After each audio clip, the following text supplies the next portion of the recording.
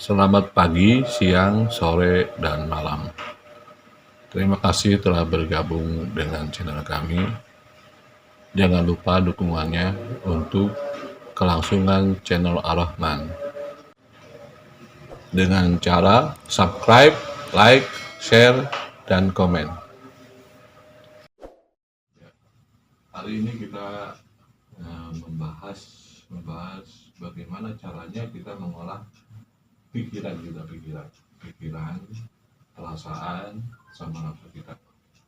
Tapi sebelum masuk ke pembahasan, saya sedikit bercerita bahwa kita ini sebagai manusia, jadi Allah ciptakan, Allah yang Maha Pengasih, kita ciptakan kita bentuknya seperti ini, Nah, sebuah raga, ada jiwa, ada ruhnya. Nah, bagaimana caranya kita mensyukuri nikmat yang Allah beri dengan cara kita mengolah, mengaktifkan supaya bisa berfungsi dengan baik sesuai kehendak Allah. Nah, dari situ kita bisa ambil kesimpulan begini. Dulu kita sudah berbicara tentang bagaimana caranya mengolah panca indera. Lalu kemarin kita juga pernah membahas juga bagaimana kita mengolah unsur negatif dan positif yang ada di tubuh kita, terus menggabungkan dengan unsur alam. Nah, sekarang kita kenali pikiran kita, kenali perasaan kita, kenali nafsu kita, sehingga kita bisa mengolahnya dengan baik.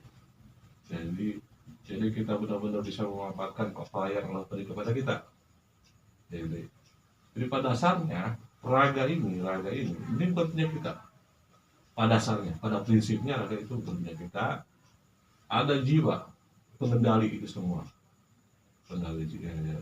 Allah ciptakan juga jiwa untuk kita, dia mengendalikan raga. Jadi pada dasarnya kan seperti itu. Nah, sekarang bagaimana caranya kita nih mampu mengaktifkan, menghidupkan apa yang telah Allah beri, sebagai mengolah pikiran kita, jadi betul-betul bisa bermanfaat untuk diri kita, juga kalau bisa untuk orang banyak.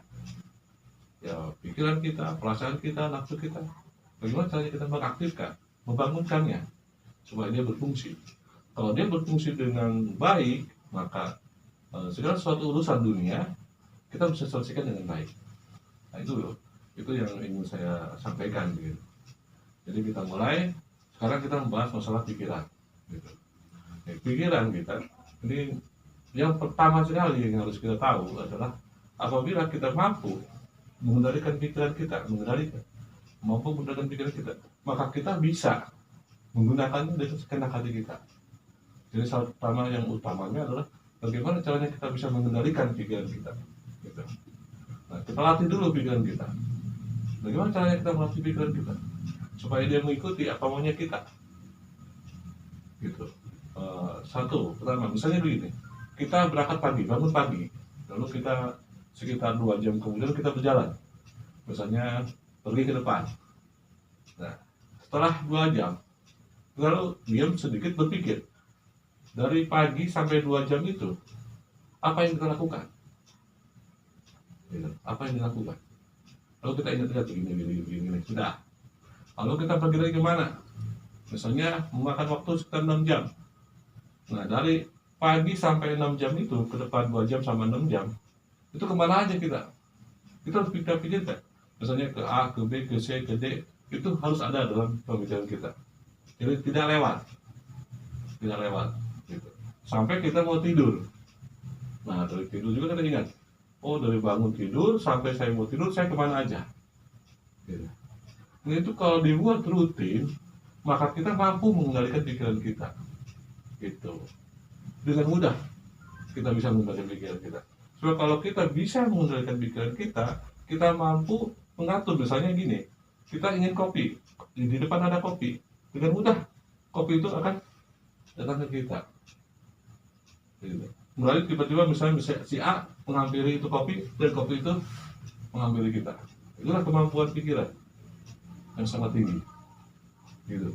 Misalnya kita butuh buah, misalnya buah anggur kita butuh. Hanya dengan kita memikirkan anggur, maka anggur itu akan datang. Melalui perantaranya misalnya tukang buah nyamperin atau ada kawan bawa anggur dengan mudah kalau kita mampu mengendalikan pikiran kita. Nah, cara yang utamanya bagaimana cara melatih pikiran seperti itu. Bangun tidur, kita kemana 2 jam atau 4 jam kita pikirin kemana aja kita selama 2 jam 4 jam. Pikirin. Jangan sampai lewat. Nah, terus misalnya dari 4 jam itu ke depan ke sana ke 10 jamnya juga sama, jangan sampai lewat. Sampai kita ketidur. Sebelum tidur, kita ingat kejadiannya bangun pagi begini. Nah, kalau sudah terkendali oleh diri kita, si pikiran, dengan mudah. Nah, misalnya kita pengen sebungkus rokok. Kita hanya memikirkan sebungkus rokok, maka dengan mudah ada jalannya rokok itu menghampiri kita. Itulah yang maksudnya kemampuan pikiran menurut agama adalah mampu menembus lapisan ke yang ke-6. Itu menurut hukum agamanya. Kalau kita mampu menggunakan pikiran kita, maka dengan mudah. Dan cara melatihnya dengan cara seperti itu.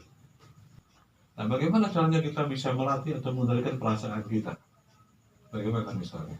Misalnya kita ini lagi jalan, kita pakai jaket, tiba-tiba badan kita gerah, itu jangan dibuka jaketnya, diamkan sampai si gerahnya hilang, baru kita buka.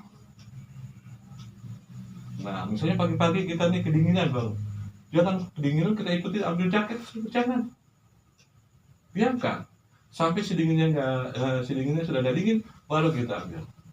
Kita atur dia supaya dia nurut sama kita. Kita kendalikan dia biar dia nurut sama kita. Nah, kalau sudah bisa, itu sangat tinggi manfaatnya buat kita. Dimanapun ada, kita akan ngerti rasa. Misalnya rasa ini walaupun tanpa kita makan kita tahu. Kalau kita betul-betul bisa mengendalikan perasaan kita. Jadi bukan cuma hanya gerah, karena panas terus saya gerah kita pakai jaket, misalnya kita buka, jangan. Ikutin sampai si gerahnya itu hilang, baru kita buka. Gitu. Misalnya kita haus, jangan langsung minum. Betul-betul kita kendalikan sampai si hausnya hilang, baru kita minum. Lama-lama si perasaan itu akan menuruti apa kemaunya kita. Itu cara pengendalian perasaan.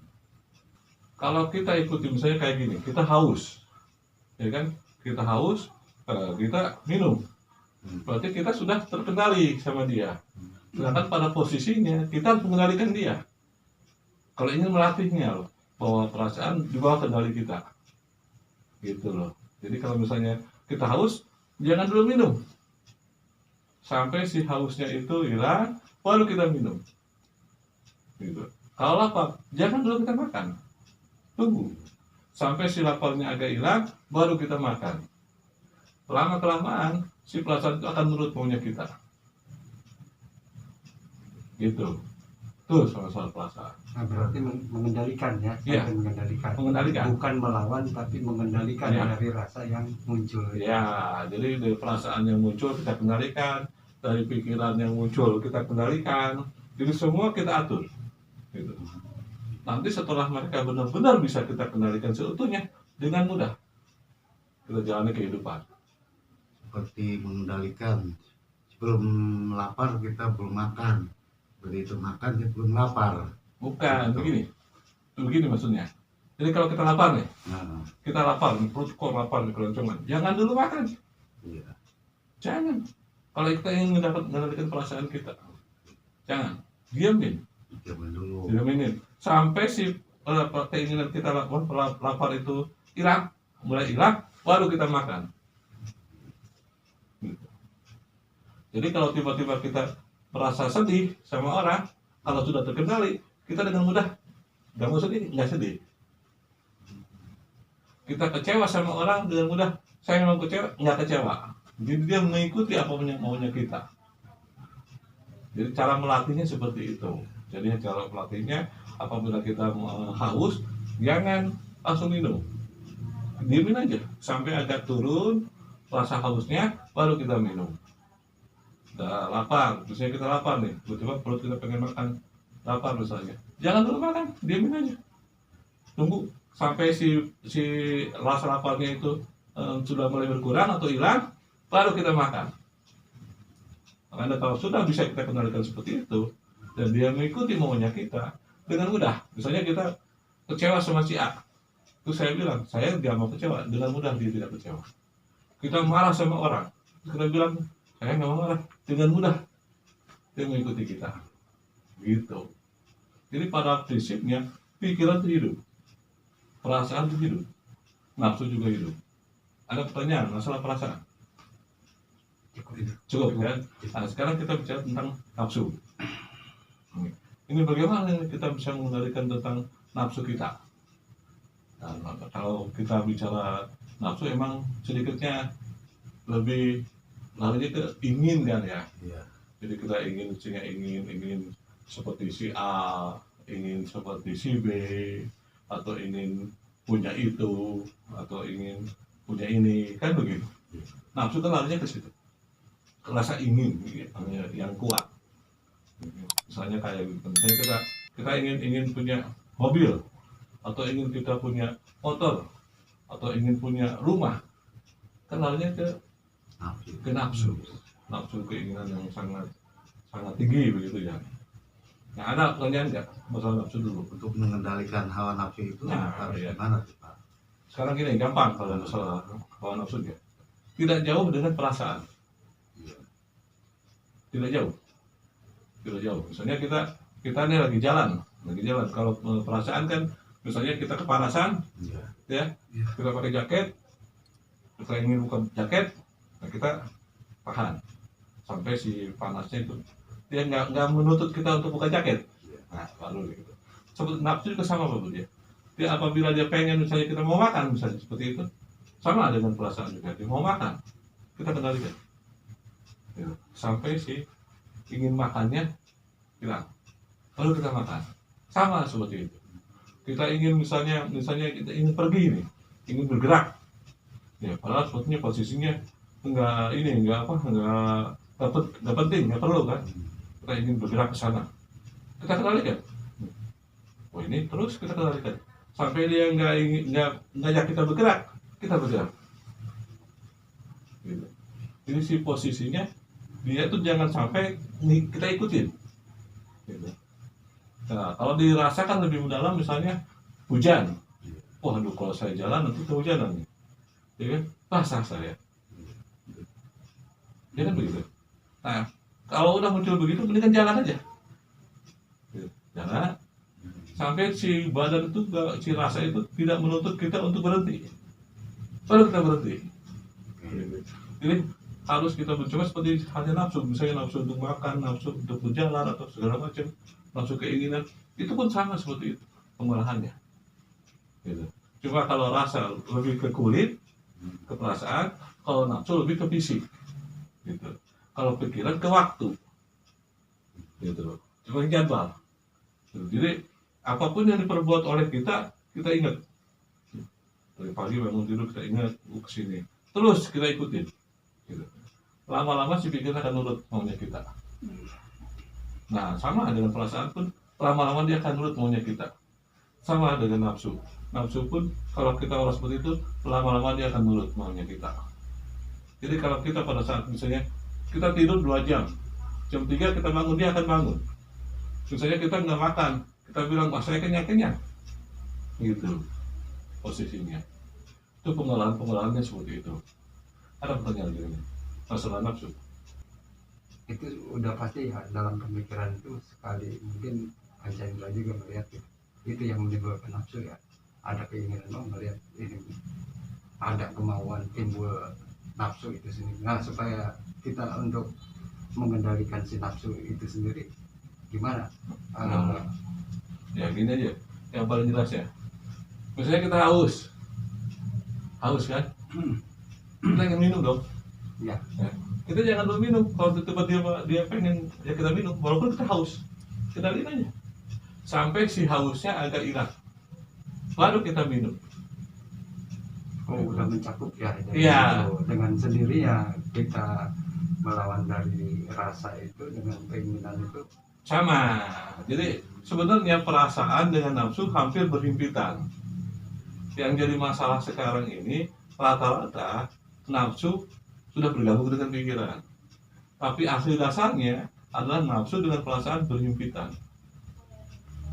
Sakit hati itu kan karena berhimpitannya nafsu dengan perasaan. Kecewa itu karena berhimpitannya nafsu dengan perasaan. Tapi zaman sekarang nih, itu nafsu sudah bergabung dengan pikirannya. Gitu. Sebetulnya aslinya sih dia berhimpitannya dengan perasaan.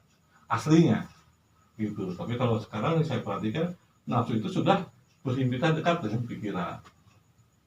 Nah, kita posisikan pada sekarang ini adalah posisinya adalah cerita pada awalnya pikiran terpisah sendiri, perasaan dan nafsu berhimpitan. Oh, Ceritanya bukan yang terjadi sekarang, terjadi memang yang zaman dulu seperti itu, bahwa pikirannya itu bisa sendiri, dia di atas, perasaan dan nafsu saling berdekatan. Gitu. Jadi pengendalian nafsu, pengendalian perasaan hampir mirip, gitu. Beda dengan pengendalian pikiran. Karena pada dasar tulisannya tercatatnya seperti itu. Gitu. Cuma kalau yang beredar sekarang ini, yang zaman manusia zaman sekarang, si nafsu itu udah dekat ke pikiran. iya. Gitu yang sekarang nih. Ada pertanyaan lagi? Coba. Hah? Cukup.